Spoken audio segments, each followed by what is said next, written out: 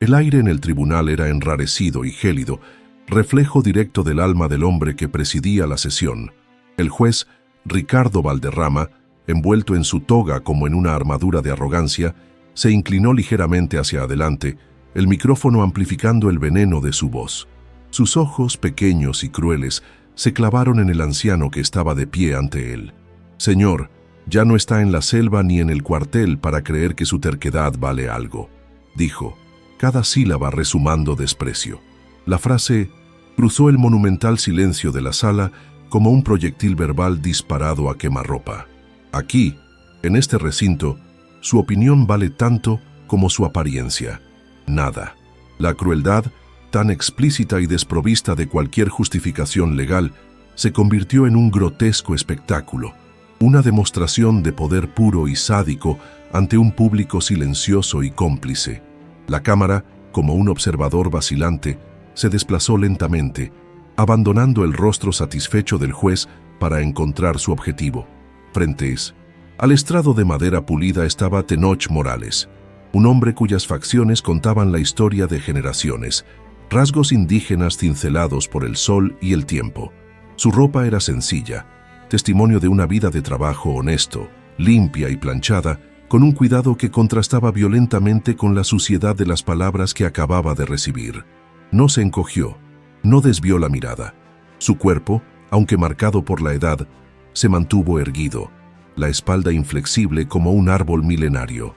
Absorbió el golpe en un silencio profundo, sus ojos oscuros y firmes, fijados en el juez, generando una tensión inmediata, un duelo mudo de voluntades que nadie en la sala estaba preparado para comprender. La humillación pública reverberó por el ambiente aséptico. Los abogados de la constructora, vestidos con trajes caros que costaban más de lo que Tenoch ganaba en un año, intercambiaron miradas de complicidad y triunfo discreto. Eran depredadores que olían sangre en el agua. Otros funcionarios del tribunal, sumidos en la apatía burocrática, desviaban la mirada, hojeando papeles sin interés o ajustándose las gafas, convirtiéndose en cómplices mediante su cobardía pasiva. Su silencio era una forma de aplauso, un permiso tácito para que la injusticia siguiera su curso. El tribunal, un lugar supuestamente sagrado para la justicia, se había transformado en una arena romana, y la élite observaba con un tedio disfrazado cómo un león de toga despedazaba la dignidad de un hombre indefenso. Tras la máscara de serenidad de Tenoch, una corriente subterránea se agitaba. No sentía la llama de la ira, sino el frío de una disciplina forjada en escenarios mucho más peligrosos que aquel tribunal. La burla del juez sobre la selva invocó, irónicamente, la fuente de su fortaleza. Recuerdos de noches sin estrellas, de la responsabilidad por la vida de otros hombres, de decisiones tomadas bajo fuego enemigo. Todo ello conformaba la armadura invisible que lo protegía. Respiró hondo, practicando un control pulmonar metódico y entrenado, calmando el pulso y enfocando la mente. La ofensa dolía de verdad, como un cuchillo torcido en su orgullo, pero su honor era una fortaleza interna que las palabras no podían violar. Estaba en desventaja, pero no estaba derrotado. Todavía no. Lo que nadie sabía era que aquel anciano poseía un pasado que lo cambiaría todo. Si crees que la dignidad no tiene edad, deja tu like y comenta desde dónde nos ves. La audiencia transcurría en el corazón de un monstruo de concreto y vidrio. Un juzgado civil enclavado en Santa Fe, el barrio más ostentoso e impersonal de la Ciudad de México. El lugar era una oda a la frialdad corporativa. Paredes de mármol blanco tan pulidas que reflejaban las figuras humanas como fantasmas distorsionados, elevándose hasta un techo altísimo del que colgaban frías luces LED. El acero cepillado adornaba cada barandilla y marco helado al tacto. No había un solo elemento de calor o confort. El diseño del espacio era un arma psicológica, destinada a empequeñecer al individuo y exaltar el poder impersonal de la ley y el capital. El eco de cada paso o de cada tos se amplificaba, haciendo el silencio aún más pesado y opresor para quien no pertenecía a aquel universo. Este era el hábitat natural de la élite económica de la ciudad. Abogados con trajes impecables, cuyos zapatos italianos resbalaban silenciosos sobre el granito, susurraban entre sí con sonrisas calculadas y apretones de manos firmes. Representantes de corporaciones con sus maletines de cuero y miradas de depredadores aburridos esperaban sus respectivas audiencias con una paciencia nacida de la certeza de la victoria. Se movían con una arrogante fluidez, una coreografía de poder y privilegio. Para ellos, aquel lugar no era un templo de justicia, sino una extensión de sus oficinas, un campo de juego cuyas reglas habían escrito a su favor. La atmósfera rezumaba un elitismo casi palpable, una frontera invisible que separaba brutalmente a los iniciados de los forasteros. En ese ecosistema de hostilidad velada e indiferencia pulida, Tenoch Morales era una anomalía, una falla en el paisaje perfectamente orquestado. Nadie lo miraba de frente, pero todos lo veían. Era el blanco de miradas de reojo, de narices torcidas con sutileza, de un vacío que se formaba a su alrededor como si portara una enfermedad contagiosa. La apatía era un arma colectiva. La secretaria que lo ignoró, el guardia que lo inspeccionó con desdén innecesario, los demás litigantes que lo evaluaban de arriba a abajo con una mirada deshumanizadora. No era un ciudadano defendiendo sus derechos. Era una molestia, una pieza fuera de lugar en el engranaje aceitado de aquel teatro social, un recordatorio viviente de un México que preferían olvidar. Su nombre era Tenoch Morales, y los 65 años de su vida estaban grabados en cada línea de su rostro. Su piel, curtida por décadas de sol y viento, tenía la textura del cuero trabajado. Su cabello, antaño, negro como la obsidiana, estaba ahora mayoritariamente canoso, cortado de forma sencilla y funcional. Sus manos, reposando una sobre la otra con calma, eran un mapa de su existencia. Callos gruesos, uñas permanentemente manchadas de grasa y pequeñas cicatrices de herramientas que se le habían escapado.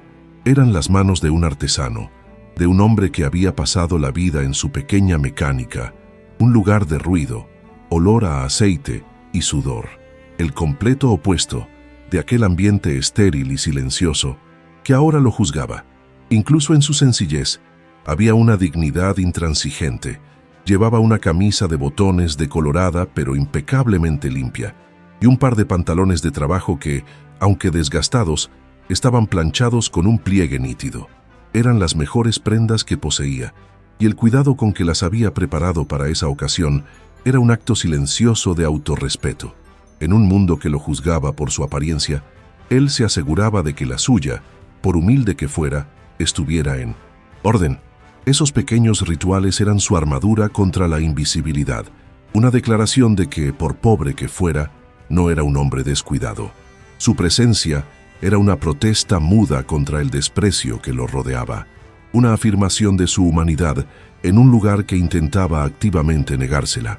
Lo que nadie en aquella sala opulenta podía imaginar era la verdadera identidad oculta tras esa apariencia modesta.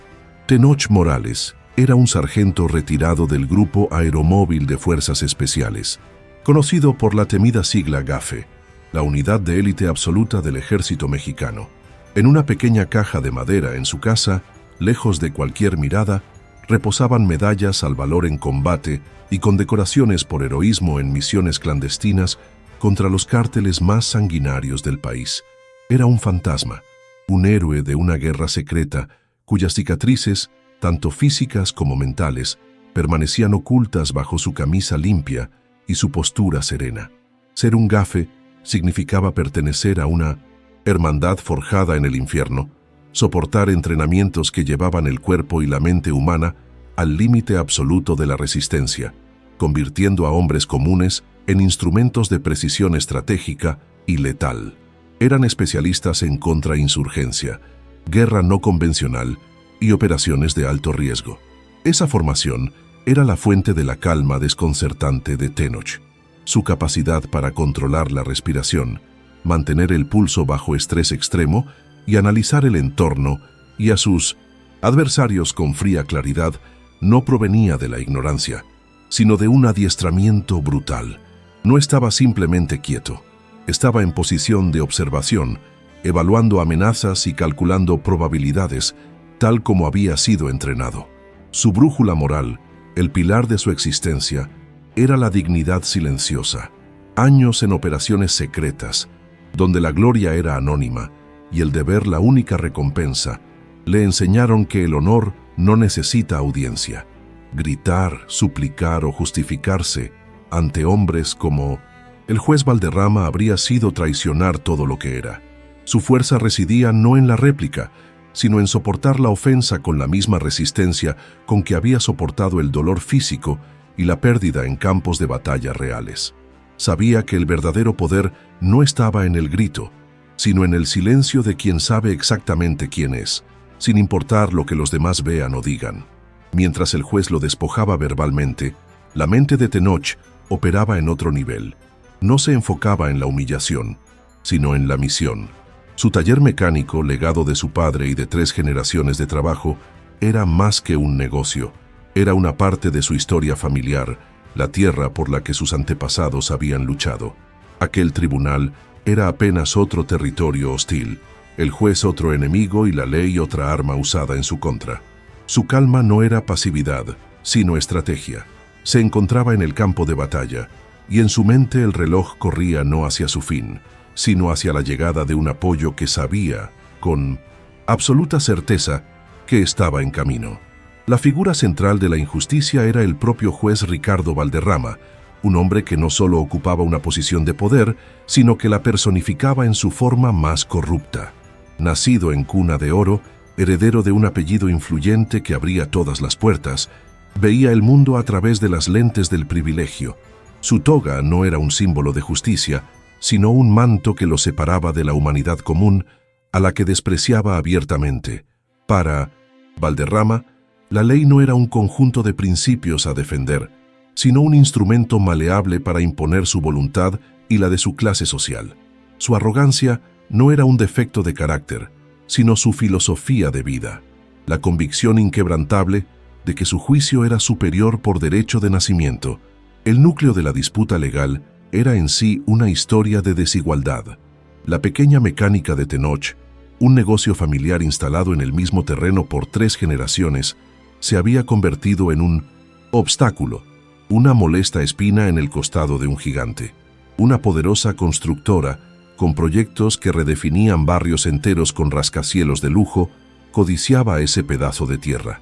La expropiación se presentaba como una necesidad para el progreso, cuando la verdad era más cruda.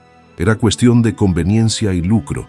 El proceso judicial era una farsa, un teatro meticulosamente orquestado para dar un barniz de legalidad a un acto de pura expoliación, donde David se enfrentaba a un Goliat, dueño del campo, de la piedra y del árbitro. La hostilidad del juez comenzó con sutileza, una serie de microagresiones disfrazadas de procedimientos legales. Pasó los documentos de Tenoch con lentitud deliberada, frunciendo el ceño y suspirando como si estuviera descifrando jeroglíficos indescifrables. «Señor Morales, esta documentación es pintoresca», comentó, la palabra pintoresca cargada de un subtexto denigrante. Luego lanzó una torrente de jerga jurídica compleja y citas de artículos de Minumes, ley no para aclarar, sino para confundir e intimidar deliberadamente a Tenoch, haciéndolo parecer un ignorante incapaz de seguir el ritmo intelectual de la corte. Era un abuso de poder revestido de formalidad, el primer tornillo que apretaba la tortura. La agresión abandonó entonces la sutileza y se volvió personal. El juez Valderrama se recostó en su silla, juntando las puntas de los dedos. Es comprensible que un hombre acostumbrado a lidiar con grasa y motores no entienda las sutilezas de la ley de zonificación, declaró con un falso tono de compasión más insultante que un grito. El ataque fue directo y brutal, apuntando a la identidad y al trabajo de Tenoch. La mención de sus manos manchadas de grasa buscaba avergonzarlo, reducir toda su vida de trabajo honesto a un símbolo de inferioridad intelectual y social. El objetivo era claro: descalificar al hombre para anular su derecho, una táctica cruel que envenenó aún más el aire del recinto. Fue entonces cuando el clasismo se fundió abiertamente con el racismo. El juez hizo un ademán hacia Tenoch y habló a la sala como un profesor explicando un concepto a alumnos lentos. Esa terquedad de aferrarse a un pasado irrelevante es típica de ciertos orígenes, afirmó. La pausa antes de Orígenes dejaba claro que se refería a la herencia indígena de Tenoch. El progreso exige sacrificios y la ciudad no puede detenerse por sentimentalismos primitivos.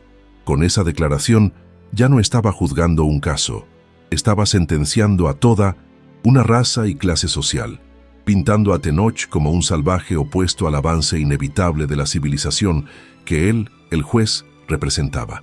El silencio de los testigos fue una sinfonía de complicidad.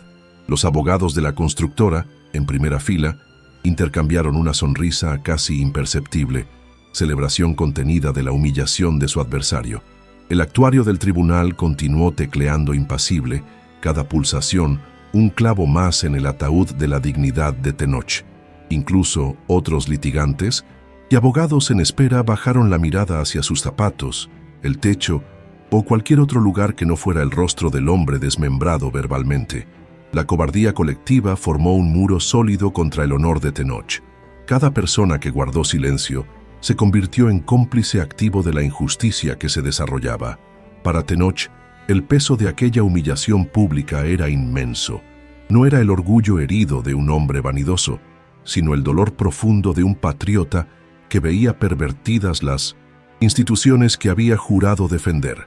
Cada palabra del juez, cada mirada de desprecio de la audiencia, era un golpe que medía los límites de su disciplina. Sentía las miradas como toques físicos, la burla como un gusto amargo en la boca.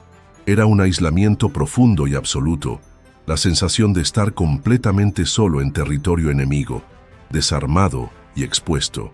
Permanecer erguido ante ese ataque concentrado requirió cada gramo de fuerza de voluntad que poseía, una batalla interna tan feroz como las que había librado. El juez Valderrama, al percibir el efecto de sus palabras, se recostó con aire de satisfacción teatral. ¿Entiende que usted es un obstáculo? Un pequeño e insignificante obstáculo en el camino de algo mucho más grande, dijo con voz cargada de falsa paciencia. La constructora le ofrece una suma que seguramente nunca vio en su vida.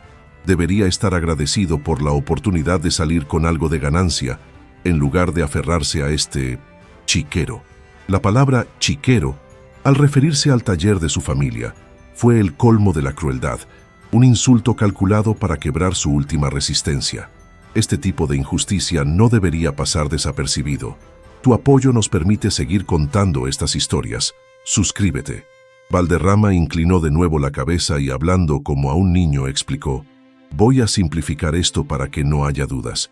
Es muy simple, señor Morales, pero quizás demasiado complicado para usted.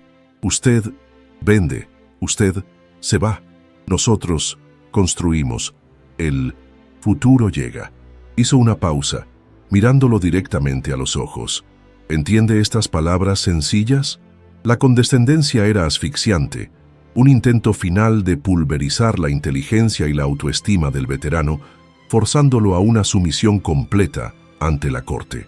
En el fondo, el comportamiento del juez nacía de una inseguridad profunda, un complejo de superioridad que necesitaba validación constante. No se trataba solo de ganar un caso, era un ritual de poder para reafirmar su posición en lo alto de la pirámide social. Humillar a un hombre como Tenoch, pobre, indígena, vulnerable, era la forma más fácil y segura de sentirse grande e intocable. Cada insulto era un ladrillo en el muro de su arrogancia, una defensa contra el miedo de que, sin su nombre y su posición, él no fuera nada. La crueldad no era un subproducto de su autoridad, sino el propósito de la misma. La disputa legal llegó a su punto álgido cuando el juez, con gesto de fastidio, declaró que ya había escuchado suficiente. Las pruebas son claras y la ley inequívoca, mintió, su voz resonando como un decreto. La petición de la constructora procede. La expropiación es una necesidad pública. Ni siquiera miró a Tenoch al pronunciar la sentencia. La injusticia ya estaba consumada antes de comenzar la audiencia. El resto fue solo humillación por deporte. La ley convertida en un arma apuntando al corazón de su legado, sin fuga aparente. Ante la sentencia, cualquier hombre común habría sucumbido. Un suspiro de derrota, los hombros caídos, la mirada al suelo. Pero Tenoch Morales no era un hombre común. En lugar de doblegarse, su cuerpo pareció enraizarse aún más al mármol del suelo. Casi imperceptiblemente, adoptó una posición sutil de descanso. Unió las manos tras la espalda, alinear los hombros perfectamente y elevar el mentón apenas 1 milímetro. No era la postura de un reo derrotado, sino la de un soldado en retirada en el campo, a la espera de órdenes o del siguiente movimiento del enemigo. Esa calma, desconcertante, esa negativa a mostrarse víctima, fue la primera señal de que la narrativa de la sala estaba a punto de cambiar. Sus ojos, que hasta entonces absorbían la ofensa con tristeza, se transformaron. La pena dio paso a un enfoque agudo y penetrante. No mostraban miedo, ira o desespero, sino paciencia calculada y vigilancia activa. Su mirada recorrió metódicamente la sala, juez, abogados sonrientes, y por un instante más prolongado, las imponentes puertas dobles del fondo. Nadie más lo advirtió, pero en ese breve momento Tenoch ya no estaba presente en aquel pleito mezquino.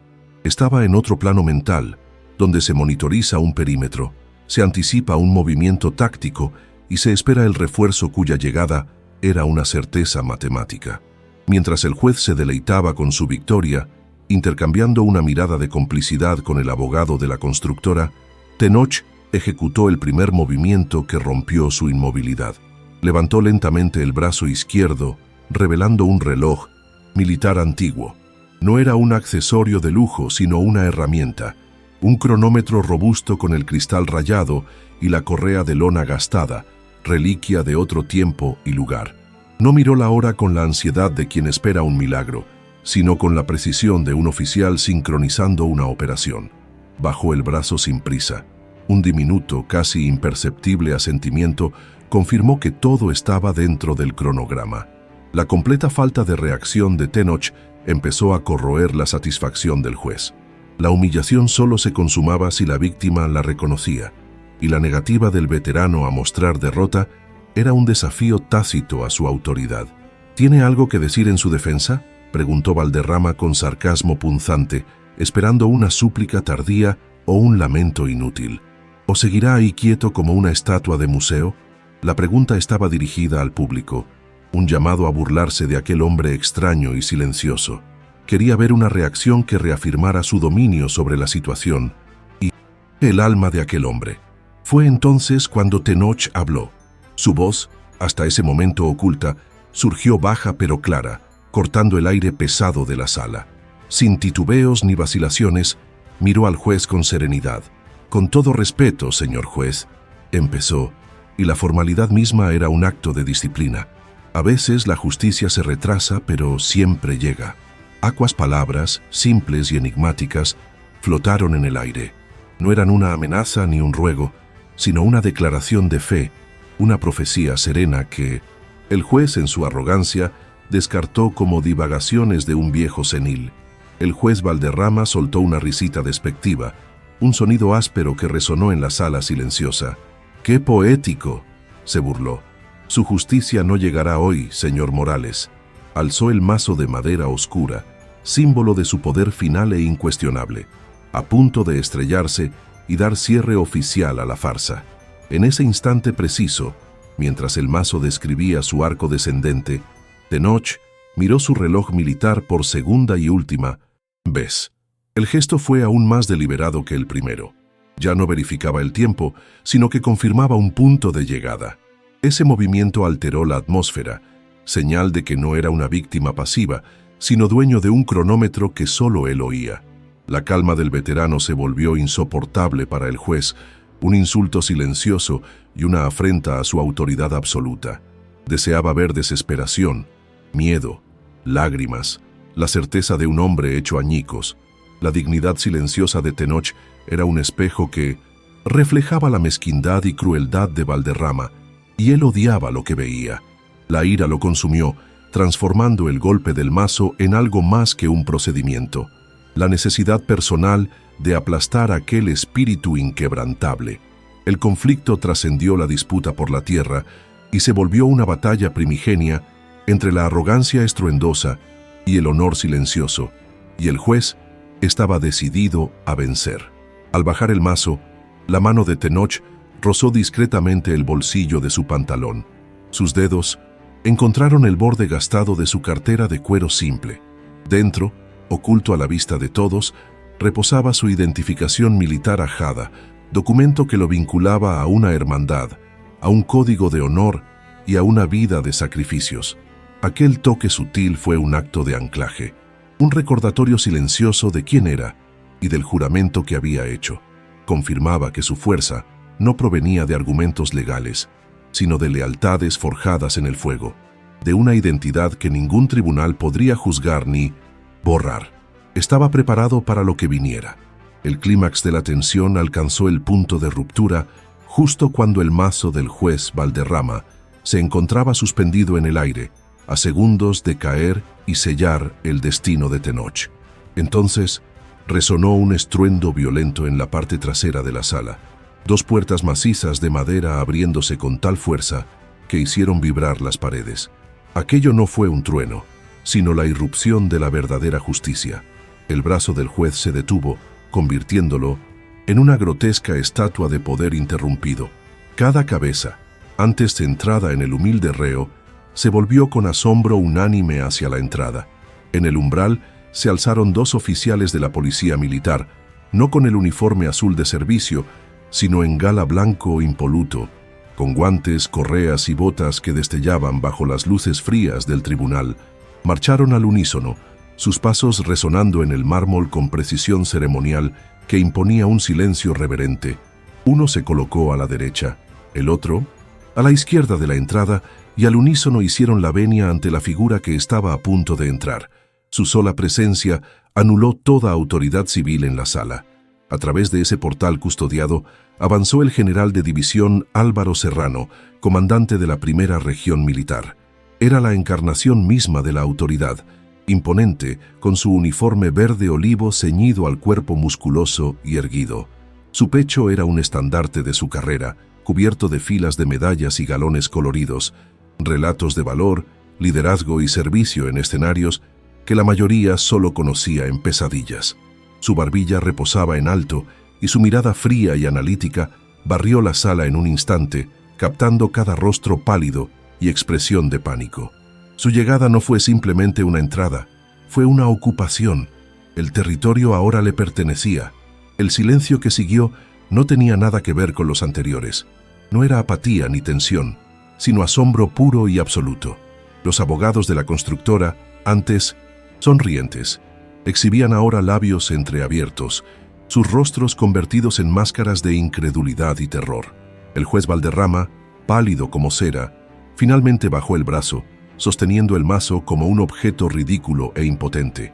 Toda su arrogancia y poder escénico se evaporaron de inmediato ante la presencia aplastante de la más alta autoridad militar. En ese momento, dejó de ser juez para convertirse en un hombre pequeño y aterrorizado en una sala que ya no le pertenecía. El general Serrano ignoró por completo el estrado donde el juez se encogía. Sus pasos lo llevaron con determinación hasta Tenoch Morales, quien seguía en su postura serena, único punto de calma en aquel mar de caos. La marcha del general fue una línea recta de honor y lealtad. Se detuvo a un paso del anciano mecánico y en un silencio mortal levantó la mano derecha a la sien en una venia impecable, gesto de respeto jerárquico tan profundo e inesperado que dejó la sala en vilo. Entonces su voz, barítono de mando, forjado en patios militares, resonó potente. «Mi sargento Morales», afirmó, y la palabra «sargento» estalló con peso revelador. «Disculpe la demora. Un asunto de seguridad nacional me retuvo». La revelación cayó como un trueno, recontextualizando al hombre despreciado hasta ese momento. Solo entonces, el general bajó la venia y giró para encarar al juez. Valderrama se hizo un ovillo en su asiento, pareciendo un reo en su propio tribunal. La mirada del general era un filo de hielo. «Juez Valderrama», pronunció, y el nombre retumbó como sentencia. «La Secretaría de la Defensa Nacional ha sido notificada de su conducta inapropiada y potencialmente criminal en este tribunal. Venimos a garantizar que la honra de un héroe de la nación sea respetada». Hizo una pausa para que el peso de sus palabras aplastara al juez. El Consejo de la Magistratura ya ha sido puesto en aviso. Esperan mi informe detallado. Personalmente. La amenaza no admitía velos. Era una guillotina suspendida, lista para caer. La última palabra del general quedó suspendida como humo tras un disparo, y el juez Valderrama se derrumbó. El color huyó de su rostro, dejando solo una máscara pálida de puro terror. Sus hombros, otrora henchidos de arrogancia, se desplomaron como si el uniforme de poder le resultara insoportable. Cayó en su silla, no sentado sino hundido, marioneta cuyas cuerdas habían sido cortadas. Su autoridad, edificada sobre miedo y desprecio, había sido demolida en segundos, no por un argumento legal, sino por una fuerza más antigua, la lealtad y el honor. El general Serrano no volvió a dirigirle la mirada. Su misión estaba cumplida. Se giró hacia el único hombre que importaba en aquella sala. Con un gesto que contrastaba con su severidad militar, el general posó una mano firme y protectora sobre el hombro de Tenoch. El contacto fue un escudo, declaración pública de que aquel sargento retirado gozaba de protección de la más alta jerarquía del ejército mexicano.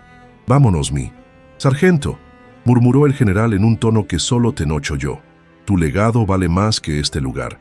Juntos, un general de gala y un mecánico de ropas humildes dieron la espalda al juez derrotado y al sistema que había fallado, formando una alianza de integridad que ningún tribunal podría juzgar. Su paso por el corredor central fue una desbandada de vergüenza invertida. Los mismos abogados y empresarios que habían mirado a Tenoch con desdén ahora evitaban la mirada, encogidos en sus asientos. Nadie osaba sostenerle los ojos. Sus rostros, antes máscaras de presunción, expresaban ahora bochorno y miedo. El silencio que acompañó su marcha ya no era complicidad en la humillación de un hombre, sino vergüenza colectiva y la repentina comprensión de su propia insignificancia. El eco combinado de las botas pulidas del general y los zapatos gastados del sargento fue la marcha fúnebre de la arrogancia de aquella sala, lección de que el verdadero estatus no se compra ni se hereda. La cámara permaneció un instante más en el caos silencioso del tribunal. El general y el sargento desaparecieron tras las puertas, dejando un vacío de poder. El foco se posó en el juez Valderrama, figura patética en su estrado. Cubrió su rostro con las manos, despojado de autoridad e identidad ante todos los que una vez había intimidado. El mazo, antes cetro de poder, yacía olvidado sobre la mesa, un trozo de madera inútil. La sala, antaño su reino, se había convertido en su prisión, testimonio silencioso de cómo la autoridad sin carácter es solo un disfraz frágil, listo para ser pulverizado por la verdadera honra. La escena final tuvo lugar en los escalones exteriores del tribunal. Un primer plano del rostro de Tenoch Morales mientras contemplaba el horizonte de la ciudad. El sol de la tarde iluminaba las hondas líneas de su expresión, pero no sonreía. No había júbilo en su mirada, sino la calma profunda de un océano tras la tormenta. Inspiró hondo, el pecho elevándose y descendiendo en un largo suspiro de liberación. La justicia se había hecho, no por las leyes escritas en papel, sino por un código de honor grabado en el alma. Él no recuperó la dignidad aquel día. En realidad, nunca la había perdido. Solo la recordó al mundo. Si esta historia te conmovió, compártela. Que más personas recuerden lo que significa el respeto.